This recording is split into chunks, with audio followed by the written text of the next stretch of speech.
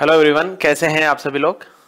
I hope आप सभी लोग बहुत अच्छे होंगे, बहुत बेहतर होंगे, बहुत बेहतरीन होंगे। जैसा कि आप सभी को पता है, नॉर्सेट आपके सर पे तांडव मचा रहा है। नॉर्सेट आप लोगों के सर पे तांडव मचा रहा है, भयंकर वाला तांडव मचा रहा है। ठीक है, नॉर्सेट तुम्हारे सर पे ऐसे खतरनाक कबड्डी खेल रहा है। तो क्यों ना हम थोड़ी सी दो बात कर लें कि कैसे हम इस बचे हुए समय में नॉर्सेट को क्रैक कर सकें। किन चीज़ों पे अपने को ध्यान देना है और किन चीज़ों पे अपने को ध्यान नहीं देना है, किन चीज़ों को अवॉइड करना है और किन चीज़ों को अपने को क्या करना है, काम में लेना है। तो बात करें नॉर्सेट के बारे में।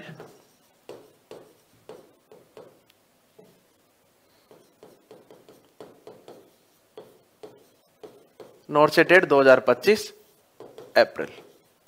ठीक है, फॉर्म आप लोगों ने भर दिया होगा। आई होप फॉर्म आप लोगों ने भर दिया होगा और बहुत अच्छी बात है, फॉर्म भरा है तो बस फॉर्म भरते समय गलती नहीं करनी है कोई भी, ये बात याद रख लेना। ठीक है, सबसे पहली बात ये है कि अगर आपको इस नॉर्सेट में घुसना है ना, घुसने से पहले आपको रजिस्ट्रेशन नंबर चाहिए। बहुत सारे बच्चों का क्वेश्चन होता है कि सर रजिस्ट्रेशन नंबर आने वाला है, आया नहीं है, एग्जाम के बाद आ जाए। तो ऐसा कुछ नहीं है। आपके लास्ट डेट से पहले या फिर same day of last date अगर आपका रजिस्ट्रेशन आता है तो आप फॉर्म भर सकते हैं, अदरवाइज नहीं भर सकते। ये बात का तो ध्यान रख लेना। ठीक है, दूसरा, इसमें एंटर होने के लिए आप प्रॉपर एलिजिबल होने चाहिए ही चाहिए। ठीक है, इसके अलावा और कोई रास्ता नहीं है। दूसरी बात, फॉर्म को आपको अप्लाई करना पड़ेगा नॉर्सेट की साइट पे, मतलब एम्स एग्जाम की साइट पे जाके फॉर्म आप अप्लाई करो, रजिस्ट्रेशन करो अपने आप को। रजिस्टर्ड करते समय कोई भी गलती नहीं करनी है। ये तो थी आपके नॉर्सेट में घुसने की कहानी कि हम कैसे घुसे, कैसे अपीयर हुए। ठीक है, बट अपीयर होना मैटर नहीं करता, मैटर ये करता है कि हम प्री और मेंस को कैसे पास करें। प्री और मेंस को अपन लोग कैसे पास करें। पहले प्री लगेगा तो देखो, आपको मैं आज एक चीज बता देता हूं। दुनिया में बहुत से लोगों ने क्या क्या ज्ञान दिया मुझे नहीं पता। ठीक है, किसी ने क्या बताया क्या नहीं बताया, मैं भी बता देता हूं। किसी भी इंसान को यह नहीं पता कि पेपर किस पैटर्न पे आएगा। ठीक है, आपको चारों खानों से अगर चित नहीं होना है ना, तो चारों खानों को परखना होगा, प्रैक्टिस करनी होगी। ठीक है, यह बात याद रख लेना। कोई महापुरुष यह नहीं बता सकता, कोई किंग नर्सिंग का किंग यह नहीं बता सकता, कोई नर्सिंग का क्वीन ये नहीं बता सकती कि पेपर कैसा आएगा। मैं भी नहीं बता सकता, दुनिया कोई आदमी नहीं बता सकता। पेपर सेट करने वाले को पता है, वो अपने हिसाब से सेट करेगा। बट आपको चारों तरीके से सेट रहना है, बिल्कुल तैयार रहना है। ठीक है, वो कहते हैं ना कि युद्ध में जाने से पहले तैयार होना जरूरी है। युद्ध होने या युद्ध का ऐलान होने पे आप तैयारी करोगे तो कोई लेना देना नहीं है, मरना तय। ठीक है, अब तुम लोग पिछले 6 महीने से 7 महीने से कंटिन्यूअसली तैयारी करते आ रहे हो, मेहनत करते आ रहे हो, अपने आप को परखते जा रहे हो। बहुत बढ़िया, वेल एंड गुड, ये अच्छा है और करना भी चाहिए। ठीक है, अच्छा है और करना भी चाहिए। लेकिन अब आपके पास में लगभग 30 डेज बचे हैं, लगभग आपके पास में 30 दिन बचे हैं। और इस 30 दिन में आपको किन चीजों पर फोकस करना मैं अभी बता देता हूं।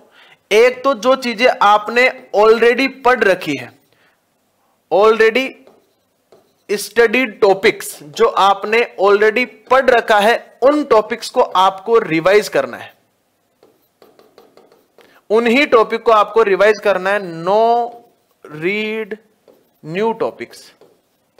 कोई भी नया टॉपिक्स आपको नहीं पढ़ने हैं, मैं अभी बता रहा हूं।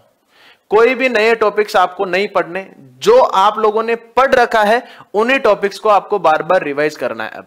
क्योंकि जो नया पढ़ोगे उसमें से क्वेश्चन आ जाएगा और वो तुम्हें वैसे याद नहीं होगा, क्योंकि तुम 1 साल से 6 महीने से पहले ही प्रीवियस टॉपिक, इंपॉर्टेंट टॉपिक्स को पढ़ते आ रहे हो। उन्हीं में तुम्हारे छक्के छूटे हुए हैं, तो फिर नए टॉपिक्स में तो क्या हाल होगा। ठीक है, ये बात याद रखना।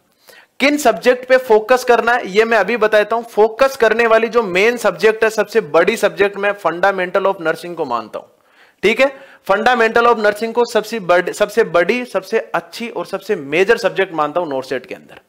ठीक है, अगर सेकंड नंबर में मैं किसी सब्जेक्ट को प्रायोरिटी देता हूं तो वो देता हूं सीएचएन को और ओबीजी को। सीएचएन को और ओबीजी को सेकंड नंबर पे मैं प्रायोरिटी दूंगा। ठीक है, मैं यही चाहता हूं कि तुम्हें सीएचएन और ओबीजी के बारे में अच्छे से पता हो, वेल एंड गुड। जितने भी लेटेस्ट प्रोग्राम्स हैं इनके बारे में तुम्हें पता हो, जितने भी कॉन्ट्रासेप्टिव मेथड्स हैं इनके बारे में पता हो, और ऑब्स्टेटिक्स में जितने भी टाइप के लेबर से रिलेटेड कॉम्प्लिकेशंस है, लेबर से रिलेटेड कौन कौन सी मेडिकेशंस अपन लोग यूज लेते हैं, कौन कौन से नॉर्मल हार्मोन्स होते हैं, उनके बारे में तुम्हें पता होना चाहिए। ठीक है। दूसरा होता है आपका, इसके बाद में अगर मैं किसी सब्जेक्ट को तवज्जो देता हूं तो वो देता हूं साइकियाट्रिक को। बोले सर एमएसएन तो बता ही नहीं रहे हो आप। बताएंगे, जरूर बताएंगे। ठीक है। अच्छा, इसके बाद में अगर मैं किसी सब्जेक्ट को तवज्जो देता हूं तो वो देता हूं पीडियाट्रिक को। ठीक है। और इसके बाद में अगर कोई सब्जेक्ट बची है तो वो है आपकी एमएसएन, क्योंकि एमएसएन पहली बात तो मेजर सब्जेक्ट है, बहुत बड़ी सब्जेक्ट है। दूसरी बात, हर टॉपिक से क्वेश्चन कवर होगा नहीं, इसमें से हर सिस्टम से क्वेश्चन कवर हो नहीं सकता इसमें से। तो सिस्टम में से कवर करने का जो मेथड है इन लोगों का, वो लगभग किसी ना किसी एक पर्टिकुलर सिस्टम में से उठाते हैं। जैसे आप कार्डियो पढ़ लो, रिनल पढ़ लो, नर्वस सिस्टम पढ़ लो, इन 3-4 टॉपिक्स के अंदर या 3-4 ब्रेन के जो सिस्टम्स है इनके अंदर से क्वेश्चन पूछते हैं। इसके अलावा और कहीं से ज्यादा कुछ खास क्वेश्चन नहीं पूछते। ठीक है। जैसे अपन लोग फंडामेंटल पढ़ेंगे तो फंडामेंटल में किन टॉपिक से क्वेश्चन पूछे, सूचर मटेरियल से, स्टेलाइजेशन मेथड से, इनसे क्वेश्चन पूछ लेता है और बार बार पूछता है। ईटी ट्यूब से 100% क्वेश्चन आता है, आपका ड्रग कैलकुलेशन से 100% क्वेश्चन आएगा, आईवी थेरेपी से 100% क्वेश्चन आता है आप लोगों का, कैनुला से 100% क्वेश्चन आता है आपका। तो इसका मतलब क्या, आप वो टॉपिक पढ़ो जो बार बार रिपीट हो रहे हैं। अभी आपको नया कुछ नहीं पढ़ना, अभी आपको वही टॉपिक्स स्टडी करने जो आपने ऑलरेडी पढ़ रखे हैं, उनके बारे में पढ़ना है। ठीक है। रही बात इमेज बेस्ड क्वेश्चन की, तो आप लोग ये ना सोचें कि इमेज बेस्ड लास्ट 2-3 एग्जाम से नहीं आ रहे तो आप नहीं पढ़ेंगे। मैं कहता हूं आप पढ़े इमेज बेस्ड को, कोई भरोसा नहीं। वो कहते हैं, मैंने पहले भी बोला था आप लोगों को कि युद्ध में जाने से पहले तैयारी होनी चाहिए, युद्ध का ऐलान होने के बाद अगर तुम तैयारी करोगे तो मरोगे। ठीक है। तो तैयारी पहले करके रखो। सबसे ज्यादा अगर तुम्हें प्रायोरिटी देनी है तो नर्सिंग फाउंडेशन को देनी है। इंपॉर्टेंट टॉपिक्स को पढ़ते जाओ, किसी भी इंपॉर्टेंट टॉपिक को छोड़ना नहीं है। नर्सिंग के बहुत सारे इंपॉर्टेंट टॉपिक्स के बहुत सारे पॉइंट्स हैं। अगर तुम लोग चाहो तो मैं एक वीडियो और लेके आ सकता हूं जिसके अंदर मैं आपके सामने सभी सब्जेक्ट के इंपॉर्टेंट टॉपिक्स एक्सप्लेन कर सकता हूं। ठीक है, कि भाई ये वाला इंपॉर्टेंट टॉपिक है, ये वाला इंपॉर्टेंट टॉपिक है, इसके बारे में पढ़ें, इसके बारे में पढ़ें, इसके बारे में पढ़ें, इसके बारे में पढ़ें। ठीक है, ये चीजें। अच्छा, एग्जाम देते समय आपको किन बातों का ध्यान रखना है? ये तो तुम्हारे सब्जेक्ट्स की बात होगी। एग्जाम देते समय आपको ज्यादा कुछ खास बातों का ध्यान नहीं रखना, 2-3 बातों का ध्यान रखना है। पहली बात तो यह कि किसी भी दूसरे व्यक्ति से बातचीत नहीं करनी है। सबसे पहला काम, किसी भी सेकंड पर्सन से बात नहीं करनी है आपको किसी भी कंडीशन में। बहुत सारे आपको बाहर की साइड में बहुत सारे बच्चे जो होते हैं किताबें लेके बैठ रहेंगे, कोई नोट्स लेके बैठा रहेगा, वो क्या लेके बैठा रहेगा, भाई तुमने सारे साल कुछ नहीं किया, अब क्या उखाड़ लोगे तुम एक पन्ने से? हैं, कुछ ऐसे रटने में लगे होंगे। उन लोगों से दूर रहें। जहां पे ज्यादा डिस्कशन कर रहे हैं बहुत सारे बच्चे, उन लोगों से दूर रहें। ठीक है। तीसरी बात, सबसे इंपॉर्टेंट बात यह है कि तुम्हें क्या करना है, शांति से जाना है, आराम से घर वालों का आशीर्वाद लेना है, खाना पीना खाना है और एग्जाम सेंटर में चले जाना। चुपचाप बिना किसी से बातचीत करे चुपचाप एग्जाम सेंटर में जाना है, एग्जाम देना है और चुपचाप वापस आना है। यह काम एग्जाम देते समय ध्यान रखना है। एक बार किए हुए क्वेश्चन को छेड़ना नहीं है, जो कर दिया सो कर दिया, तुम्हारे भाग्य में। ठीक है। किसी से कोई क्वेश्चन पूछना नहीं है। ठीक है। क्या पता वो तुम्हें गलत बता दे, क्या पता तुम्हें वो सही भी बता दे, बट किसी से पूछना नहीं है। दूसरी बात, किसी को तुम बताओ, मैं मना नहीं करता। अगर तुमसे कोई मान लो बाई चांस तुम्हें मौका मिलता है एग्जाम में बताने का, तो तुम बताओ, लेकिन एक बात का ध्यान रखना, किसी को गलत आंसर मत बताना। बस इतनी सी बात मेरी याद रख लेना, किसी को गलत आंसर मत बताना। तुम्हें अगर नहीं बताना है, तुम्हें आता है फिर भी तुम्हें नहीं बताना, तो कोई बात नहीं, तुम मत बताओ, लेकिन किसी को गलत मत बताना, क्योंकि शायद तुम्हारे उस गलत बताए हुए आंसर से उस बच्चे का सिलेक्शन रुक सकता है एक क्वेश्चन से। ठीक है, क्या पता तुम नहीं बताते तो शायद उसका सिलेक्शन हो जाता। तो यह गलती नहीं करनी है, किसी का बुरा नहीं चाहना है।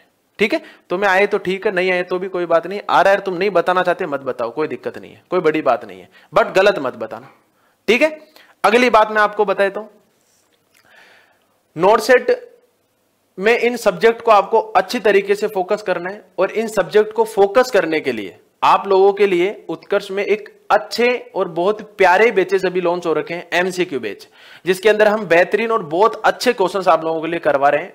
आप लोग जो भी बच्चे जो कर रहे हैं क्वेश्चंस ऐप के अंदर, उनसे आप पूछिएगा, रिव्यू लीजिएगा। बहुत सारे बच्चों से हम लोग अच्छे अच्छे क्वेश्चंस करवा रहे हैं, और मतलब बहुत अच्छा मेथड यूज ले रहे हैं इस बार क्वेश्चंस कराने का, जिसमें हम सिनेरियो बेस्ड क्वेश्चंस करवा रहे हैं बच्चों को। मैं और की बात नहीं कर रहा, मैं अपनी बात कर रहा हूं। कंप्लीट जितने भी क्वेश्चंस अब तक मैंने कराए हैं, सारे के सारे क्वेश्चंस मैंने सिनेरियो बेस्ड कराए हैं। अभी कुछ बैचेस चल भी रहे हैं, तो आप लोगों को उन बैचेस के बारे में थोड़ी सी मैं इंफॉर्मेशन दे देता हूं। सिंपल सी इंफॉर्मेशन है, बहुत ज्यादा बड़ी इंफॉर्मेशन नहीं है, क्योंकि होली आ रही है तो होली के कुछ ऑफर्स चल रहे हैं अभी, तो इसमें फायदा आप ही का है। ठीक है, नर्सिंग एग्जाम के सभी कोर्सेज और टेस्ट सीरीज पे आपको होली के कुछ ऑफर्स मिल रहे हैं। जितने भी बैचेज है नर्सिंग के, उन पे सब पे 90% का डिस्काउंट है।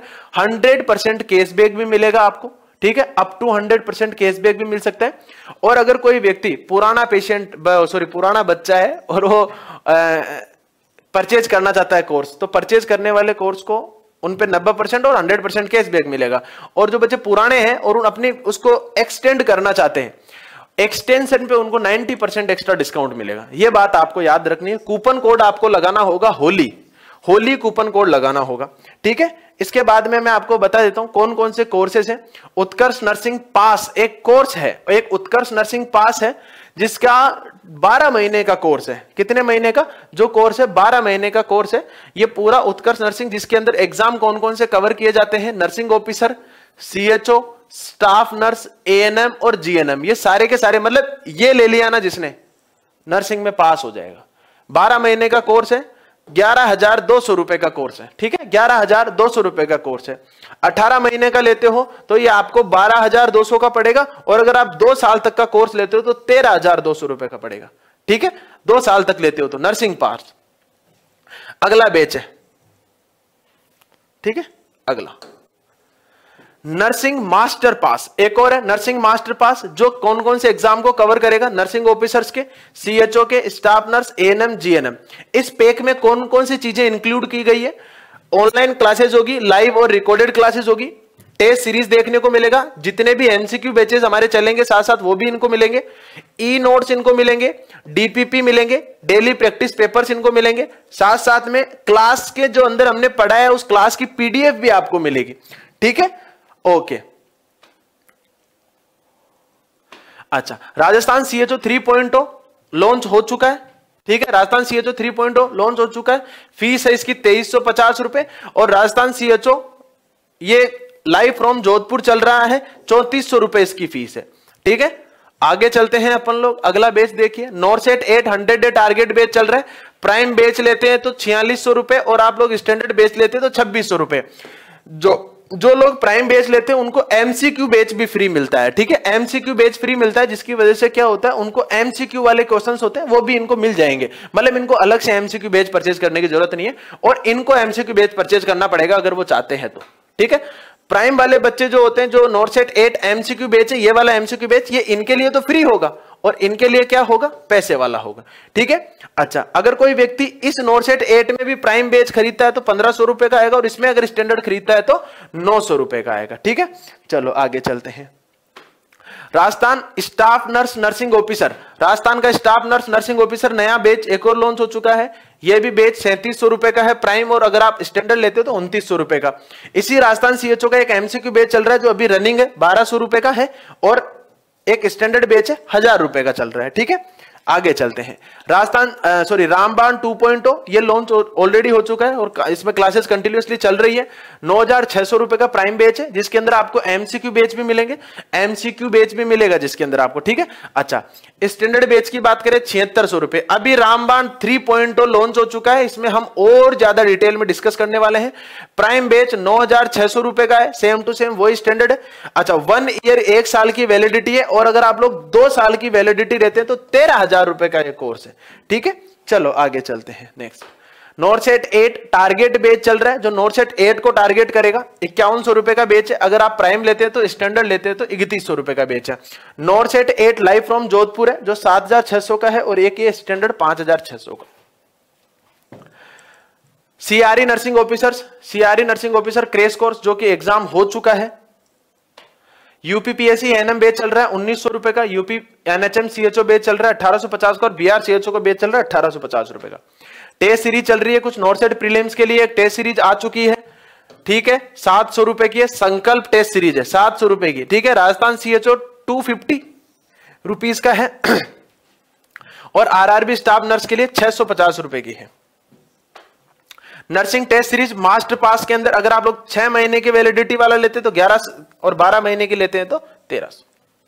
ठीक है, तो ये थी कहानी अपने ऑफर्स की। और अपनी सफलता को अगर आगे पाना है तो तुम्हें कोचिंग का सहारा तो लेना ही पड़ेगा, तुम्हें इन चीजों का सहारा तो लेना ही पड़ेगा, एमसीक्यू करने ही पड़ेंगे, अपनी मेहनत से करो और हम करा रहे हैं वैसे करो। ठीक है, मिलते हैं फिर आगे किसी ना किसी एक छोटी सी वीडियो में। थैंक यू वेरी मच, आप सभी का बहुत बहुत धन्यवाद।